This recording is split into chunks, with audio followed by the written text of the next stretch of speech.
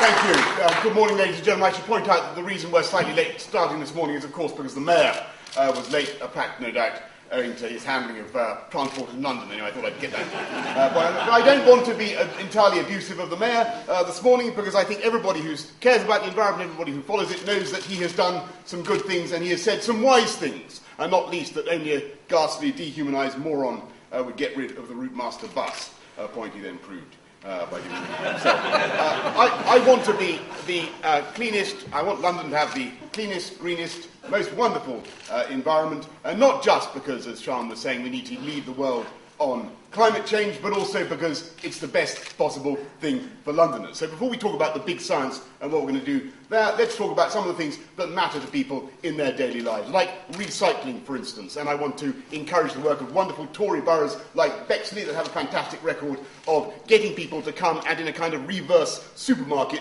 give back in the recycling bays the things they have bought. I want to encourage a crackdown, a competitive crackdown amongst boroughs against fly tipping. I'd like more vertical gardens of a kind that we're starting to see across London, and green roofs. I'd like to see a better effort made to clean up the fuel used by our buses. It seems incredible to me that 8,000 buses used by Transport for London are still emitting NOx and CO2 in such quantities.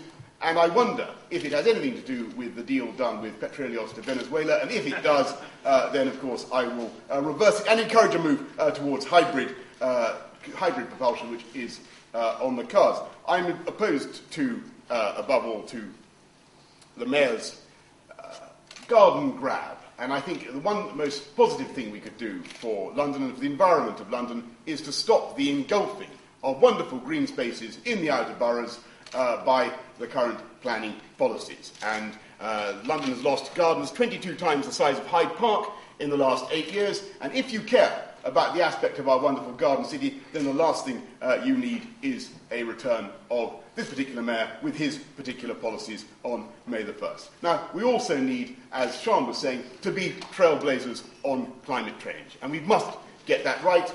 And I want to park temporarily emitting exhaust, fuming in a corner, the mayor's latest initiative on gas guzzlers, because I think anybody who studies it will concede that it is politically very interesting, but environmentally marginal.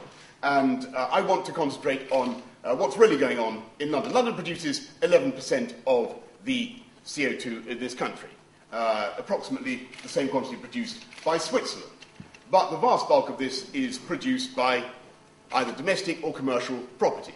About 38% from domestic property, 31% from commercial property. And that is where we've got to make the big advances. And that's where the real challenge lies for us. And of course we must work hard to reduce emissions from vehicles, but we've also got to look at what's happening with our property. And we should be campaigning, and I as Mayor will campaign to make sure that people turn their lights off, not least City Hall, who leave their lights on all night because it has some centralised system of control.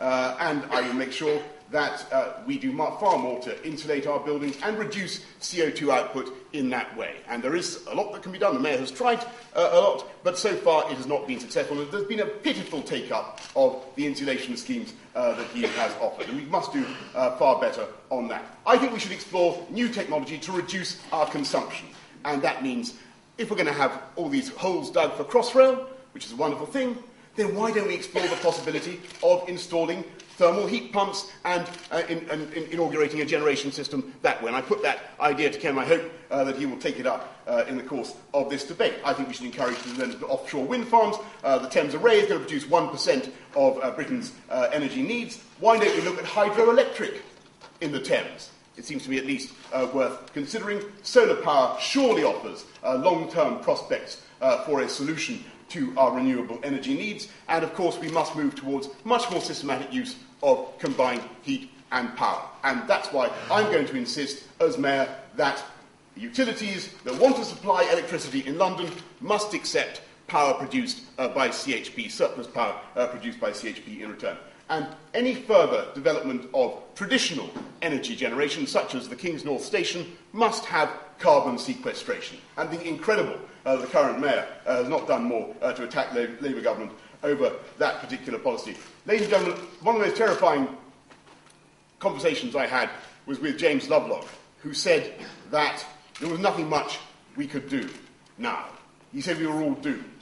And he said that the best policy we had for the human race, or for the United Kingdom, was for us all to teach ourselves to go out and dig dikes to ward off the coming inundations. I don't believe that. I think that is wrong, and I think we have a duty to protect ourselves and to pass on this wonderful planet in better shape from one generation to the next. And we can do that by changing people's behaviour. We've got to change people's behaviour.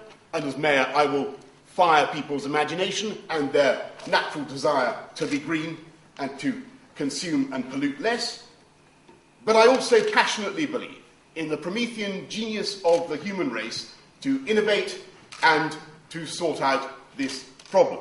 And that's why I will institute a mayoral prize for low-carbon innovation so that London can entrench its position as the financial, technological and intellectual centre of the next green revolution. Thank you very much. Thank you very much.